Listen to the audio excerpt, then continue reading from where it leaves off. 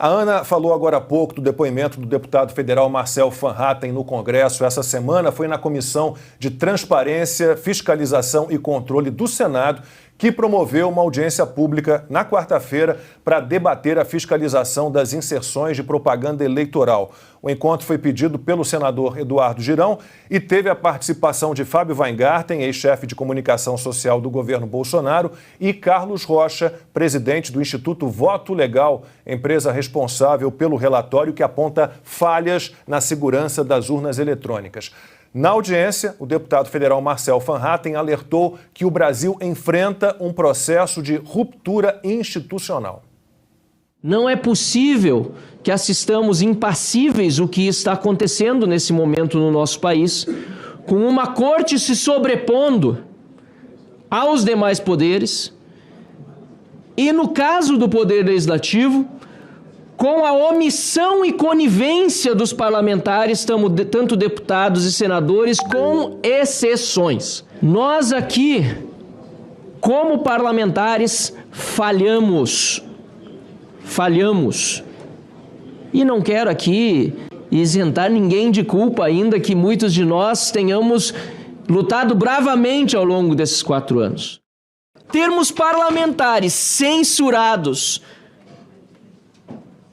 com restrições às suas liberdades por crime de opinião, é inadmissível numa democracia. E é por isso que já não podemos dizer que vivemos, senador Marcos Duval, numa democracia plena no nosso Brasil. A ruptura já aconteceu.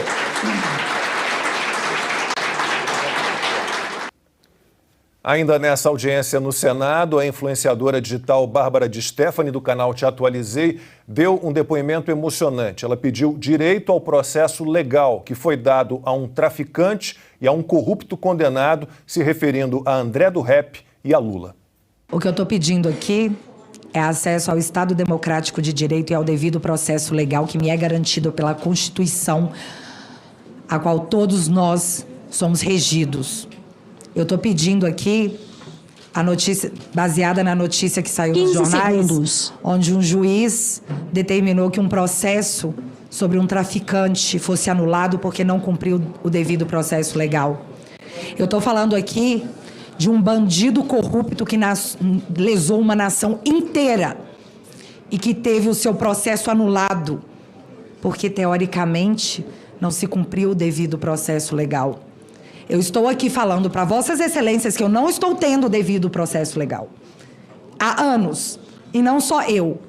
Muitos de nós.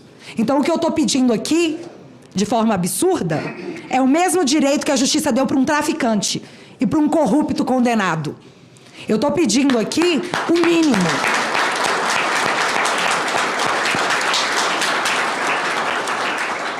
Eu sei que soa ridículo falar em voz alta, mas eu só estou pedindo o mínimo. Então, por favor, Senado, por favor, Congresso, parlamentares, socorro. Socorro. Por todas as pessoas que estão na rua, como foi bem dito, elas não sabem mais para quem pedir ou o que pedir. Elas estão desesperadas porque não confiam mais nos representantes que elas elegeram. Por favor, Congresso, senadores, não decepcionem o povo de vocês, seus pares reais, porque vocês não são políticos, vocês estão políticos, vocês são povo.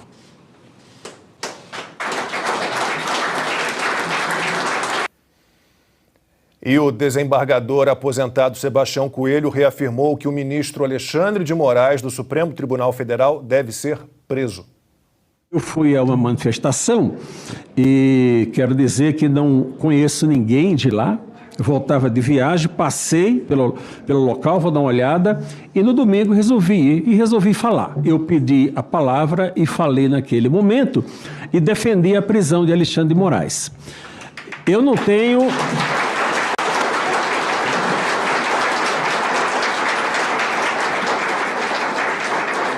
Eu não tenho redes sociais. Minha comunicação é só por WhatsApp, não tenho nenhuma rede social. Mas uma filha minha me disse, olha, pai, alguém escreveu aí que vai dar 3 dias para você estar em público se retratando.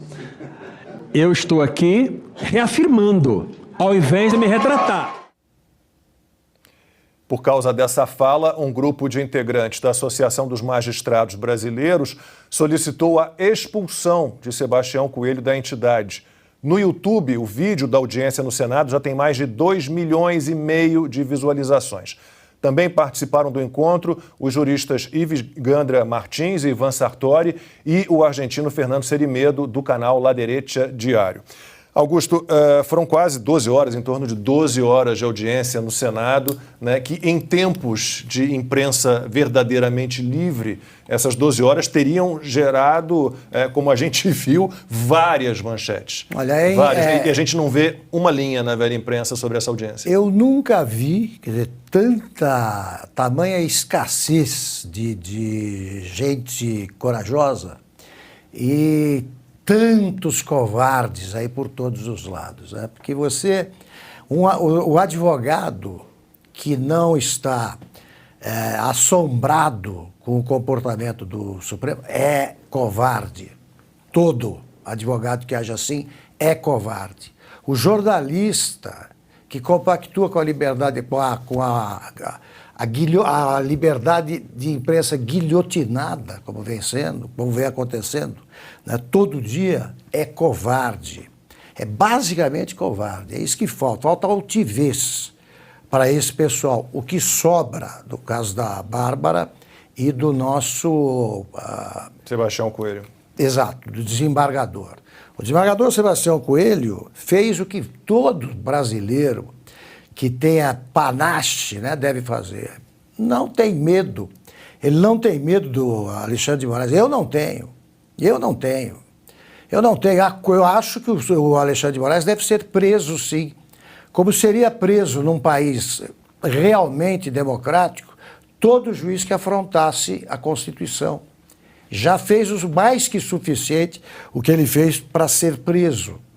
Então ele não está exagerando, não, e é visto como um marciano, o nosso desembargador, quando ele está falando o óbvio. Depois do AI-5, quando você realmente teve suprimidos direitos essenciais, tribunais militares quiseram instituir o processo secreto, a sentença secreta, e não foi possível. Agora está em vigor o inquérito secreto, a condenação secreta. Nós temos um exilado político, caso do Alan dos Santos, que o Constantino mencionou há pouco. Ele não sabe por que está no exílio. E não aparece nem juiz indicado pelo Bolsonaro para dizer que isso é um completo absurdo. O Alexandre de Moraes faz o que quer e é aplaudido pelos democratas de botequim, tá? Que são jornalistas, políticos, né? Que não se surpreendem sequer com a insolência demonstrada pelos ministros que não compareceram a esse encontro. Eles estavam convidados, deveriam ser intimados os ministros do Supremo a comparecer, para ver se eles também partem para esse tipo de desafio. Então é emocionante essa reunião pelo surgimento de pessoas capazes de falar o mínimo. É essa situação a que chegamos e por isso, também por isso, o povo está nas ruas. Eles estão enxergando, tá? Essa paisagem de ficção, parece ficção. E os covardes não reagem. Mas vai chegar a hora deles. Tá? Porque a coragem sempre triunfa e vai triunfar mais uma vez. É isso, Constantino. Como disse o Augusto, estamos num mundo dividido entre os corajosos e os covardes, né? Cada um sabe para que lado vai.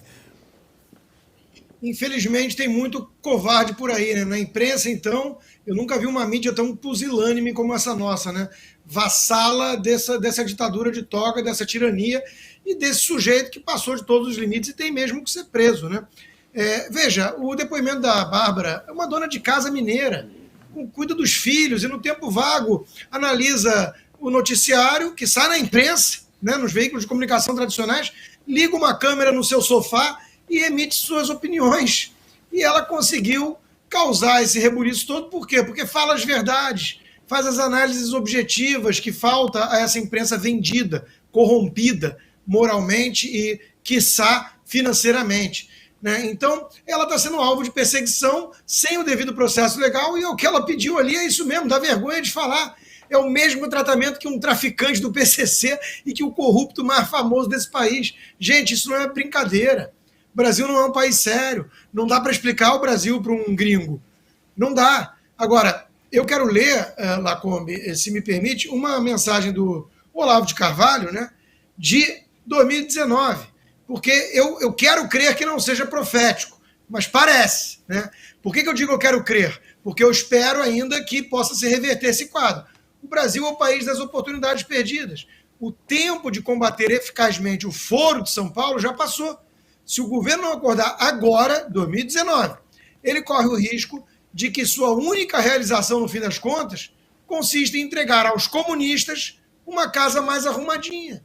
E não é mais ou menos isso que a gente está vendo? Paulo Guedes fez o dever de casa, com uma equipe brilhante, técnica. O Brasil está com as contas arrumadas, é inegável isso. E os tucaninhos pusilânimes, oportunistas, fizeram um L achando que, né, iam participar do governo. E aí embarcaram numa narrativa ridícula de que precisavam salvar a democracia. Salvar a democracia da ameaça bolsonarista com o Lula, isso é um esquete de filme de categoria D.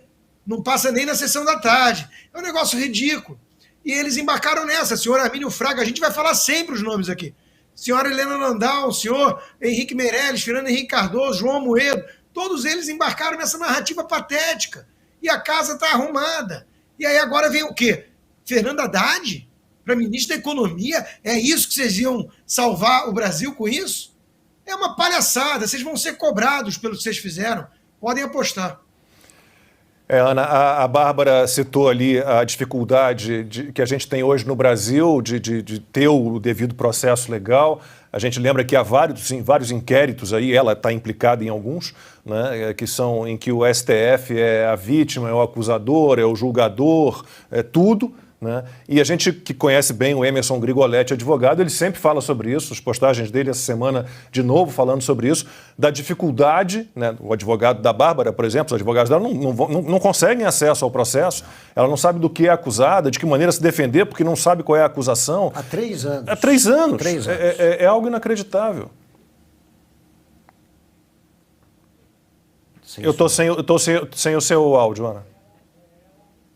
Por isso que homens como o desembargador Sebastião Coelho, eles são hoje alçados aí ao posto de heróis, porque a verdade é que um homem que faz o que faz, como o Alexandre de Moraes, que não dá sequer, não respeita o sistema acusatório, o processo legal, aqueles que ele diz investigar, né, que na verdade ele persegue, eles não têm acesso aos inquéritos, aos processos.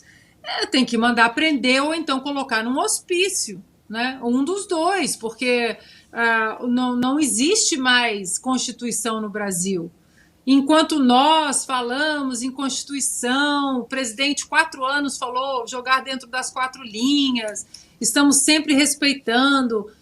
E o que é a Constituição hoje? A Constituição é o que eles querem que ela seja. Eles inventam leis, eles distorcem leis, eles empurram leis para debaixo do tapete, o próprio sistema acusatório, o processo legal, não existe o menor respeito a isso. Então, por isso que quando a Bárbara fala o que ela fala, eu quero o mesmo direito de um traficante e um corrupto condenado. Ela toca nos ungidos, na ferida dos ungidos, porque antes eles falavam sozinhos, né? Então, o Constantino trouxe o Olavo de Carvalho. Eu já comentei desse post do Olavo aqui, não sei se foi semana passada ou retrasada, mas eu queria trazer o Olavo de novo, porque nós continuamos defendendo a Constituição, o devido processo legal, o império das leis, e o que o outro lado faz? Ignora absolutamente instituições, nossa Constituição, o Congresso, essa PEC bomba aí que eles querem passar agora para dar 200 bilhões de reais para esse ex-presidiário que quer voltar à cena do crime. Isso é para desmembrar o Congresso, para que o Congresso não tenha absolutamente nenhum poder de legislar, de conversar com as pessoas. Como eles querem mudar o processo de impeachment de ministros do Supremo Tribunal Federal, é para colocá-los numa redoma blindada que eles podem continuar rasgando a Constituição, que nada acontece. Ora, o pacote para salvar a democracia de Renan Calheiros, tudo isso é para acabar com o Congresso, porque o povo não está apenas nas ruas falando, o povo está falando também através do seu voto e elegeu um Congresso que pode dar respostas ao que o povo anseia. Então é preciso que eles derrubem o Congresso através dessas PECs. Eu queria trazer esse post do Olavo para que a gente refletisse muito nisso que o Olavo falou em 2021. O óbvio dos óbvios. Uma democracia não pode ser instaurada por meios democráticos. Para isso, ela teria de existir antes de existir. Nem pode, quando moribunda, ser salva por meios democráticos. Para isso, teria de continuar saudável enquanto vai morrer. O assassino da democracia leva sempre vantagem sobre os defensores dela. Ele vai suprimindo os meios de ação democráticos e, quando alguém tenta salvar a democracia por outros meios, os únicos possíveis, ele o acusa de antidemocrático. É assim que os mais pérfidos inimigos da democracia posam de supremos heróis da vida democrática.